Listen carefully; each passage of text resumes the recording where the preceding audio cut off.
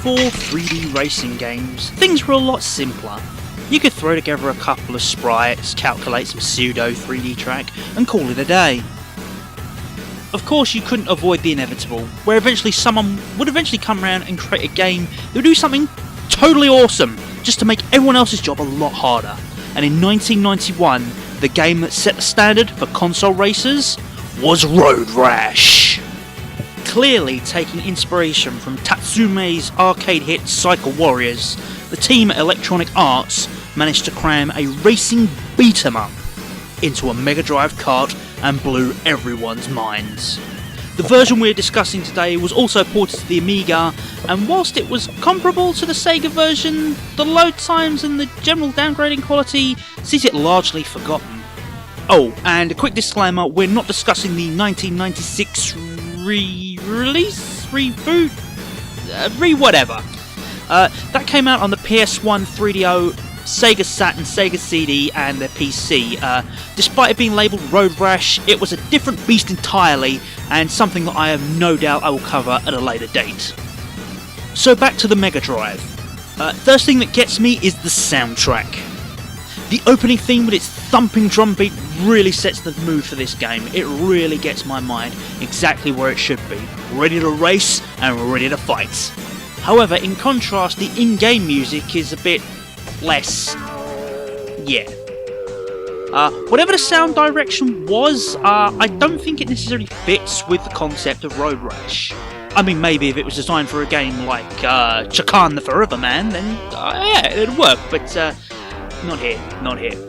Interesting music choices aside, Road Rash's presentation and graphics were top-notch. Considering it looked as good as Sega's own Outrun on the same system from the same year, it's clear that the team at EA worked incredibly hard to squeeze in as much detail as possible whilst keeping it running at breakneck speeds. I mean, we're looking at about 20 different sprites on a screen, all scaling, rear view mirrors, a load of dials and meters. Holy cow, I've seen modern attempts to run less info than this and still chug at 12 frames a second. This runs smooth as silk.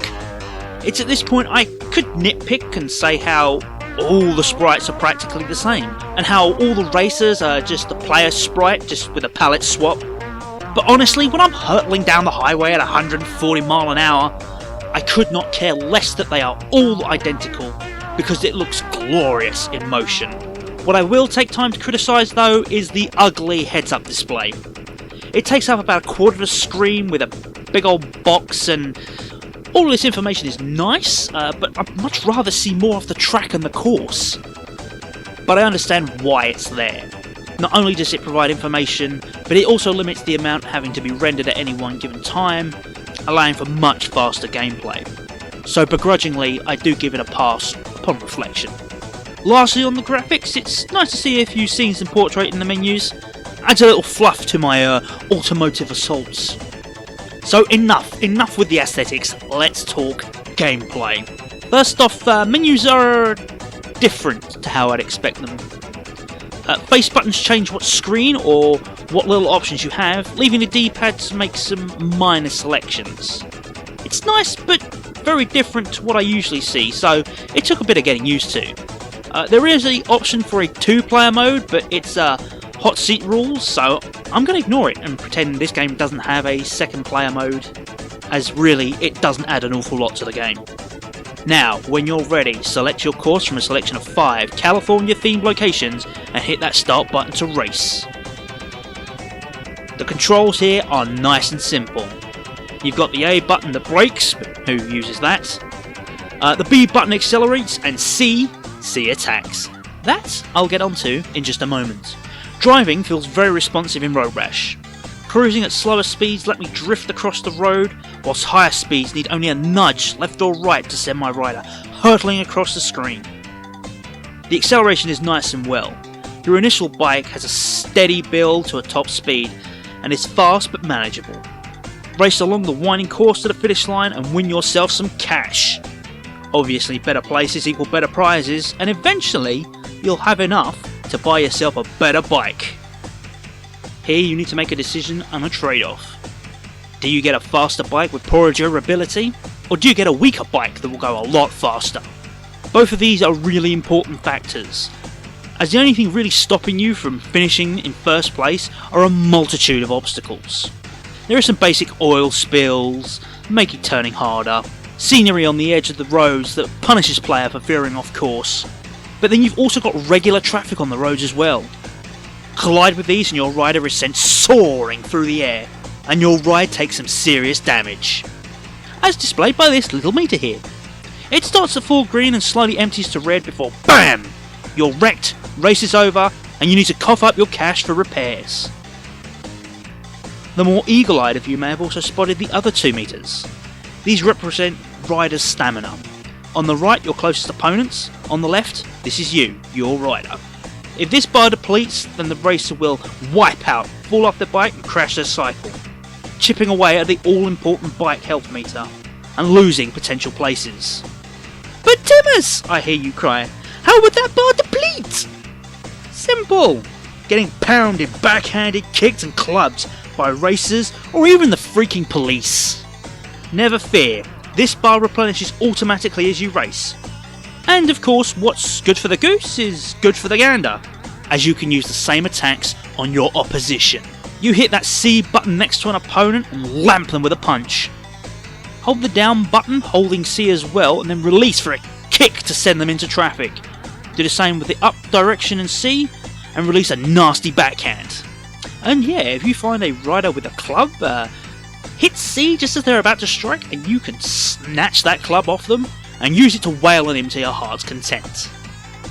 Oh, but here's a fair warning. The more you attack, the more your opponents attack back. And the more likelihood you are to find yourself hitting the tarmac just as a police officer rolls along. See, regardless of your bike's health meter, if you are going too slow or are not on your bike when a police officer rolls up, you'll be arrested. And of course, with an arrest comes the fine, costing you that all-important dollar that you could be using to get the next upgrade of bike. If you've managed to survive all of this and then complete all 5 courses, you get a little cutscene before moving up a level. There are a total of 5 levels, and as you progress the racers get faster and more vicious. The courses also jump in distance, where once the finish line was, you pass that by and keep on riding to a whole new finish line. Once you finish your 5th season, the game simply loops, and you're free to carry on rashing to your heart's content. To be honest, the whole game's a touch on the short side, and possibly a bit too easy, but still thoroughly enjoyable. But is that enjoyment really enough to classify Road Rash as a certified classic? Yeah, it is actually. Yeah, it's a little on the short side, gets a touch repetitive, maybe a touch too easy.